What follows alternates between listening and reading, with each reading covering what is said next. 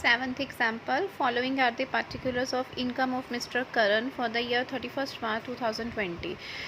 First हमने different heads के अंदर इसके अंदर इनकम गिवन है, हमने पहले वो इनकम्स निकाल लेनी है। ठीक है, सबसे पहले देखो government securities, income from bank, ये तो हमारी एग्जाम्प्टिंग वाली है। सबसे पहले हम हाउस प्रॉपर्टी की इनकम लेते हैं। Rental value of house property 4000 की हमें इनकम हुई है, प्लस उसके ऊपर हमने म्यूनसिपल टैक्स पे किया 750, तो वो माइनस कर देंगे टैक्स। 4000 की देखो ज़रा, इनकम फ्रॉम हाउस प्रॉपर्टी 4000, उसके ऊपर हमने 750 का जो टैक्स पे किया वो माइनस कर दिया। ठीक है, उसके बाद हमारे पास नेट वैल्यू आई है 3250, और सेक्शन 24A के अंदर हमें नेट एन वैल्यू मिलती है। जो हमारी हाउस प्रॉपर्टी की इनकम होती है ना, उसके ऊपर NAV हमें प्रोवाइड होता है 30%। ये स्टैंडर्ड डिडक्शन होती है हाउस प्रॉपर्टी के अंदर। ठीक है, तो जितनी हमारी ये वैल्यू आई है 3250, उसका 30% हमें डिडक्शन मिलनी है। ये सिर्फ हाउस प्रॉपर्टी के अंदर होती है। NAV मतलब net annual value 24 sub section A के अंदर ये मिलता है हमें 30%, तो वो आ गया हमारे पास 2275। This is income from house property. ठीक है, उसके अलावा हमें profit of retail cloth business, अब ये बिजनेस इनकम हुई है, इसके अलावा और कोई बिजनेस इनकम नहीं है, एक ही बिजनेस इनकम है, तो बिजनेस इनकम हमने अलग से बता दी 1,87,300। ठीक है, ये हमारी बिजनेस इनकम हो गई है। उसके बाद हमें कुछ अदर सोर्सेज के थ्रू इनकम दी है, जिसमें हमारे पास इनकम आ जाती है income from government securities 3300, income from bank deposit 3500, winning from lottery 50,000, ये सारे अदर सोर्सेज के थ्रू इनकम है ना। उसके अलावा हमारे पास इनकम है dividend from cooperative society 3200, dividend from cooperative society 3200, dividend from Indian company. मैंने आपको पीछे भी बताया था कि जो इंडियन कंपनी से हमें डिविडेंड मिलता है वो एग्जाम्प्ट होता है, उसके ऊपर नहीं लगना है। डिविडेंड फ्रॉम इंडियन कंपनीज क्या होता है? एग्जाम्प्ट। अब ये डिविडेंड आपको बच्चे कोऑपरेटिव सोसाइटी से मिला है, जो आपको प्राइवेट इंडियन कंपनी से मिलता है वो हमारा एग्जाम्प्ट होता है, तो वो हमने नील लेना है। ठीक है, कोऑपरेटिव सोसाइटी का आ गया। उसके अलावा interest on debenture cooperative society, अब ये इंटरेस्ट भी अगर डिविडेंड कोऑपरेटिव सोसाइटी का हम ऐड करते हैं तो इंटरेस्ट है वो भी ऐड होगा, तो interest on debenture on cooperative society 300, ये भी हमारा आ जाएगा। So these are the income from other sources 60,300।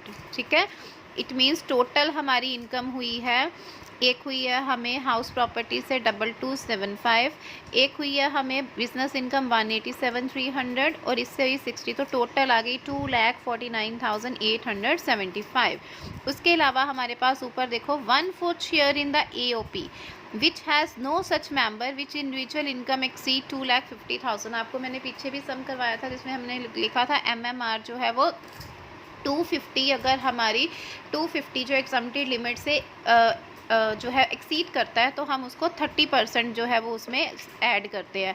तो यहाँ पे उनकी इनकम उन्होंने बोला है 2,50,000 से क्या है, कम है, तो वो हमारे पास 2,50,000 से कम है, तो 120 को हमने क्या कर दिया, उनका शेयर ऐड। यहाँ पे कोई उनको वो नहीं मिलेगी, रिबेट नहीं मिलेगा, क्योंकि उनकी इनकम एग्जम्प्टेड लिमिट 2,50,000 से कम है, तो दैट इज़ 1,20,000 हमने ले लिया। जो एसोसिएशन ऑफ पर्सन, ये अलग होता है ना, एसोसिएशन पर्सन के थ्रू जो इनकम हुई, तो total GTI gross total income आ गई उनकी 3,69,875।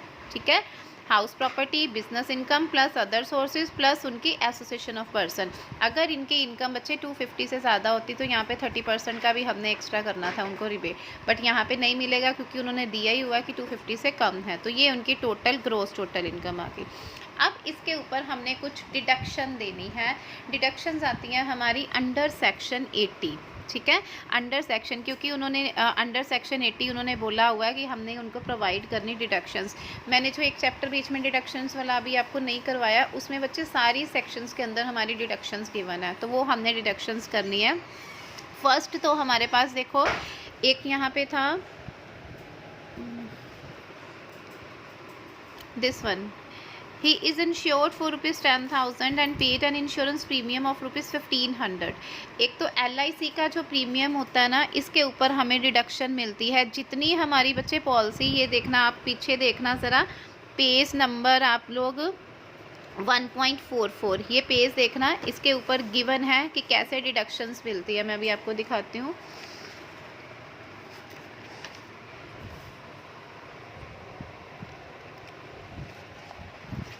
हाँ जी, ये देखो यहाँ पर अगर हमारी 1 अप्रैल 2012 से पहले हमने पॉलिसी ली है तो फिर एनुअल प्रीमियम जितना पे करते हैं या फिर जितना हमारा टोटल अमाउंट हमने जैसे 5 लाख की पॉलिसी कराई है, 10 लाख की कराई है, उसका 20% विच एवर इज़ लेस वो लेना है। अगर हमारी पॉलिसी 1 अप्रैल 2012 के बाद की है तो उस केस में जितना एक्चुअल प्रीमियम पे कर रहे हैं या जितना टोटल अमाउंट हमने इंश्योरेंस करवाया उसका 10% लेना है विच एवर इज़ लेस, ठीक है। और अगर कोई डिसेबल पर्सन है ना तो उनके लिए ये रूल है उसका 15%। तो हमारा अभी इस समय ये रूल लगेगा क्योंकि फर्स्ट हमने 16 में वो पॉलिसी ली है। ये देखो हमने पॉलिसी कब ली हुई है 2016-17, तो इट मीन्स 12-13 के बाद ही हमने ये पॉलिसी ली है। तो यहाँ पे कितना लगेगा हमने पहले देखना है जितना premium insurance premium actual premium पे किया 1500 या फिर 10,000 जितनी की हमने इंश्योरेंस की है उसका 10%, इन दोनों में से विच एवर इज़ लेस 10,000 का 10% 1,000 आ जाएगा ना, तो हमने 1,000 लेना पॉलिसी का डिडक्शन में, इसको एग्जाम्प्ट करना होता है, माइनस करना होता है, तो 1,000 आ गया, ठीक है। सेकंड हमारे पास एक आ रही है ही donated ₹2,000 to a school under section 80G in which his son is studying. इस पर्सन ने 2,000 की डोनेशन दी है एक स्कूल को, जो स्कूल उस स्कूल में उसका बेटा जो है वो पढ़ रहा था। अब 2,000 की डिडक्शन दी है, ये उन्होंने बताया ही है। वैसे तो जो डोनेशंस होती हैं वो अंडर सेक्शन 80G के अंदर आती हैं, याद रखना। अगर नहीं भी है तो उन्होंने वैसे मेंशन सब में किया ही है। अब हम वो डिडक्शंस देखेंगे, वेट।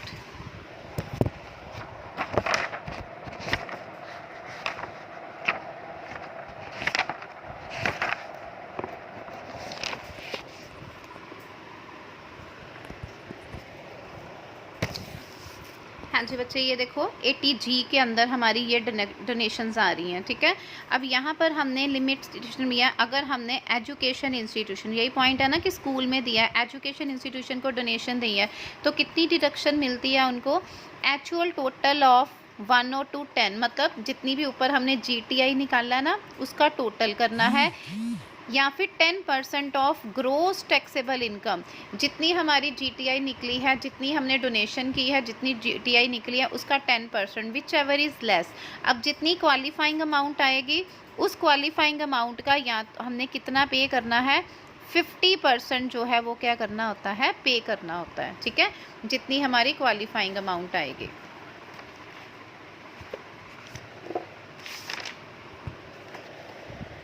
ये 80G की डिडक्शन आपको मिलेंगी बच्चे 1.63 पेज पे, ठीक है, एक बार देख लेना।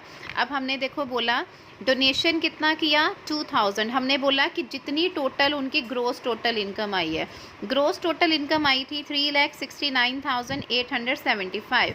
इसमें से बच्चे एसोसिएशन वाली हम इनकम इंक्लूड नहीं करते क्योंकि वो एसोसिएशन ऑफ पर्सन की है, इंडिविजुअल की अपनी नहीं है ना। इंडिविजुअल की अपनी इनकम है जो उसको हाउस प्रॉपर्टी से हुई है या उसको बिजनेस इनकम से हुई है या अदर सोर्सेज से हुई है। जो एसोसिएशन ऑफ पर्सन होता है वो तो अलग होता है। तो 369 में से 120 माइनस करके 120,000 हमने क्या कर देना है, माइनस कर देना। और जो एक हमने ये प्रीमियम की डिडक्शन दी थी 1,000, ये माइनस करके, इन सबको माइनस करके जितना आएगा वो आना है 24,887 समथिंग, उसका 10% लेना। 10% लेंगे तो ये अमाउंट आ जाएगा 24। आप करना 360 में से 120 माइनस, और ये 1,000 जो LIC वाला ये माइनस करके देखना जितना आएगा उसका 10% लिया। अब 10% निकाल के आया ये, या फिर हमारा डोनेशन अमाउंट था 2,000, which ever is less, 2,000 is less मतलब क्वालिफाइंग अमाउंट आ गया 2,000। अब 2,000 का हमने बोला था क्वालिफाइंग अमाउंट का 50% लेना है, तो 2,000 का 50% यानी कि 1,000, तो 1,000 की हमें क्या मिलेगी, एग्जम्पशन। तो टोटल डिडक्शन अंडर सेक्शन 80 के अंदर आई 2,000 की, तो वो हमने 369 में से 2,000 माइनस करके हमारे पास टोटल इनकम आ गई 3,67,875, ठीक है। आफ्टर डैट अब हमने टैक्स कैलकुलेट करना है। अब टोटल इनकम उनकी इतनी है तो इसको हम राउंड ऑफ कर लें, करते हैं ना 10 डिजिट्स अबव या बिलो, तो हमने 80 टैक्स टोटल इनकम आ गई। अब इसके ऊपर टैक्स लगाना है। टैक्स कैसे लगाएंगे, पहले तो जो लॉटरी के थ्रू उनको इनकम हुई है, लॉटरी के ऊपर कितना टैक्स लगता है 30%, तो वो आपने अलग से लगा लेना। लॉटरी इनकम थी बच्चे 50,000 की, तो 50,000 का हमने 30% निकाल लिया 15,000। अब 367 में से 367,880 में से 50,000 तो हमने अलग से टैक्स लगा लिया लॉटरी के ऊपर, तो हमारा बैलेंस कितना बचा 3,17,880। अब इसके ऊपर फर्स्ट 250 के ऊपर क्या होता है, नील होगा टैक्स हमारा। नेक्स्ट कितना बचा, इसमें से ये माइनस करके 60,880, उसके ऊपर 5% लगा देंगे। टोटल टैक्स बना बचा उनका 18,394, 18,394 टैक्स बना, प्लस उसके ऊपर 87A के अंदर रिबेट मिलेगी 12,500 की, वो माइनस होगी, टैक्स आया 5894, उसमें हमने health and education cess 4% plus कर देना है 336, तो टोटल टैक्स पे करना है 622V।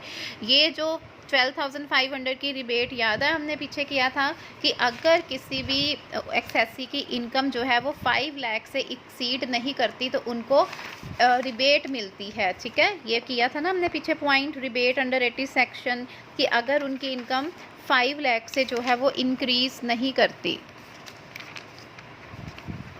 एक मिनट, ये दिस इज़ 5 लाख से इंक्रीज़ नहीं करती तो उनको रिबेट मिलती है 12,500, या जितना टैक्स कैलकुलेट किया विच एवर इज़ लेस।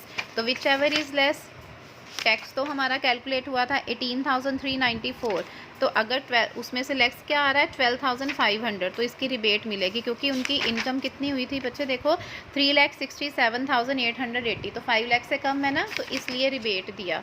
और हेल्थ एजुकेशन सेस 4% ऐड हो गया, तो वो आपके पास टैक्स पेपर आ गया, ठीक है। बाकी सम दोबारा से एक बार मैं आपको शॉर्ट में बता रही हूँ। पहले हमने हाउस प्रॉपर्टी की इनकम ले ली, हाउस प्रॉपर्टी की इनकम के ऊपर हमें नेट एनुअल वैल्यू 30% की स्टैंडर्ड डिडक्शन मिलती है, वो हमने माइनस की। इनकम फ्रॉम बिजनेस ले लिया, इनकम फ्रॉम अदर सोर्सेज हमने ले लिया। तो याद रखना कि जो डिविडेंड हम इंडियन कंपनी से रिसीव कर रहे हैं वो हमारा एग्जाम्प्ट होता है। बाकी सारा हमने ले लिया। एसोसिएशन ऑफ पर्सन भी ले लिया, क्योंकि 250 से कम था तो कोई 30% ऐड नहीं होगा। MMR टोटल GTI उनकी आ गई थी फिर 3,69,875।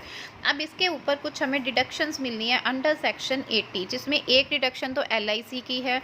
LIC की डिडक्शन मैंने अभी आपको बोला कितनी मिलनी है, जितनी पॉलिसी करवाई है, या तो जितने की हमने पॉलिसी करवाई है उसका 10%, उसका जो है वो जितने की पॉलिसी है उसका 10%, या फिर जितना प्रीमियम है विच एवर इज़ लेस, तो विच एवर इज़ लेस जितनी इंश्योरेंस करवाई थी उसका 10%। सेकंड हमारी आ रही है 80G के अंदर डिडक्शन जो उन्होंने डोनेशन दी है। अब डोनेशन के ऊपर कैसे आएगी, डोनेशन वाला पॉइंट दोबारा सुन लो। जितनी बच्चे हमने डोनेशन दी है ना, उसका हमने क्या करना होता है, जितनी डोनेशन दी है हमने, या तो वो, या जितनी हमारी GTI आई थी, GTI टोटल तो आई थी 369, बट उसमें इंडिविजुअल की इनकम लेनी है। एसोसिएशन ऑफ पर्सन की इनकम उसकी अपनी इंडिविजुअल इनकम नहीं है, वो तो नंबर ऑफ पर्सन्स की इनकम हुई ना, वो माइनस करके, और जितनी कोई डिडक्शन मिली वो माइनस करके जितना बैलेंस आया उसका 10% लेना है, या फिर जितना उनका डोनेशन था विच एवर इज़ लेस, उनमें से लेस आया जितनी डोनेशन थी। क्वालिफाइंग अमाउंट इज़ 2,000, तो जितनी क्वालिफाइंग अमाउंट आई उसका 50% हमने क्या करना है, माइनस करना है, ठीक है। उसके बाद टैक्स ले लिया। टैक्स में हमने जब कैलकुलेट करना है, क्योंकि जो भी हमारी इनकम लॉटरी या हॉर्स रेसिस के थ्रू होती है उनके ऊपर 30% टैक्स लगना है, तो वो हमने अलग लगा के उसमें से उसका माइनस कर दिया, जितना बैलेंस आया उसके ऊपर फिर एग्जम्प्टेड लिमिट के ऊपर टैक्स लगाया।